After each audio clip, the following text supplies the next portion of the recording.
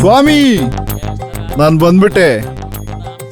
ಸ್ವಾಮಿ, ಚಿಕ್ಕ ವಯಸ್ಸಿಂದ ದೇವಸ್ಥಾನ ಕರೆಸ್ಕೊತಾ ಇದೀಯಾ, ತೆಂಗಿನಕಾಯಿ ಓಡಿಸ್ಕೊತಾ ಇದೀಯಾ, ನನ್ನ ಕೋರಿಕೆ ಮಾತ್ರ ತೀರಿಸ್ತಾ ಇಲ್ಲ.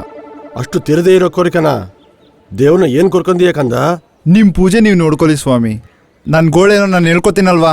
ಸರಿ ಆಯ್ತು, ಹೇಳ್ಕೊ ಕಂದ. ನನ್ನ ಹೇಗ್ ಮಾಡಿದ್ಯಾ ಅಂತಂದ್ರೆ ಪೂಜೆಗೂ ಜಡೆಗೂ ಆಗದಿರೋ ಹೂ ಅಂತರ ಮಾಡಿದ್ಯಾ. ಪಾಕುಗೂ ಪ್ಯಾಲೇಸ್ಗೂ ಮಧ್ಯದಲ್ಲಿ ಇಟ್ಟಿದ್ಯಾ, ಗಂಜಿಗೂ ಬೆಂಜಿಗೂ ಮಧ್ಯದಲ್ಲಿ ತಿರುಗಿಸ್ತಾ ಇದೆಯಾ. ಅಂದ್ರೂ ನಾನೇನಾದರೂ ಅಂಬಾನಿನ ಮಾಡೋ ಅಂತ ಕೇಳಿದಿನ?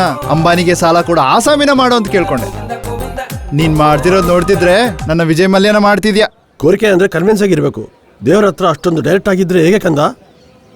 ಅರ್ಥ ಆಯ್ತು ಸ್ವಾಮಿ, ಡೈರೆಕ್ಟ್ ಆಗಿ ಹೇಳ್ಬಾರ್ದು ಅನ್ಸುತ್ತೆ.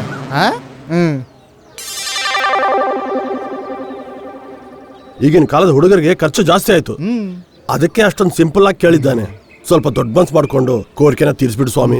ಮನೋವಾಂಚ ಫಲಸಿದ್ಧಿರಸ್ತು. ಲೇ ಬರ್ತಿದಾನು.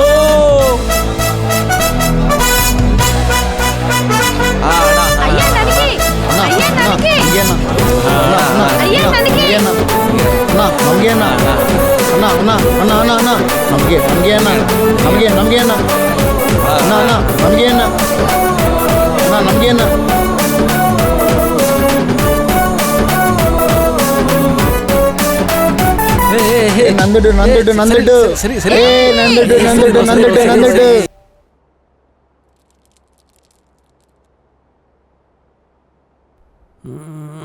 ಲಕ್ಷ್ಮಿ.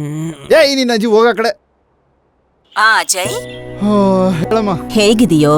ನಾನ್ ಚೆನ್ನಾಗಿದ್ದೀನಿ, ನೀವ್ ಹೇಗಿದ್ದೀರಾ? ನಾನ್ ಚೆನ್ನಾಗಿದ್ದೀನೋ. ಅಜ್ಜಿ ಹೇಗಿದ್ದಾರೆ? ಒಂದ್ ನಿಮಿಷ ಇರು, ಕೊಡ್ತೀನಿ. ಹೇಳಿ ಅವನಿಗೆ. ನೀನು ಮದ್ವೆ ಮಾಡ್ಕೋತಿಲ್ಲ ಅಂತ ನಿನ್ ಜೊತೆ ಮಾತಾಡಲ್ವಂತೆ. ಚಾದಸ್ತೆ ಜಾಸ್ತಿ ಆಗಿದೆ ಅವ್ರಿಗೆ. ಅವ್ರಿಗೊಂದ್ಸತಿ ಕೊಡಿ. ಮಾತಾಡಿ. ನೀನ್ ಎಲ್ಲದಕ್ಕೂ ಮಾತಾಡಲ್ಲ ಅಂತಂದ್ರೆ ಮೇಲಿರೋ ದೇವರು ತದಾಸ್ತು ಅಂತಾರೆ. ಪೂರ್ತಿಯಾಗಿ ಮಾತಾಡದೆ ಹೋಗ್ತೀಯ. ನಿನ್ ಮದ್ವೆ ಆದ್ಮೇಲೆ ನಾನು ಹೋಗ್ತೀನಿ ಕಣೋ. ಮದುವೆ ಆದ ತಕ್ಷಣ ಕಳ್ಸ್ಕೊಡ್ತಾರ ನಿನ್ನ. ನೀನು ನಿನ್ ಚಾದಸ್ತೆ ನೀನು ನೋಡು.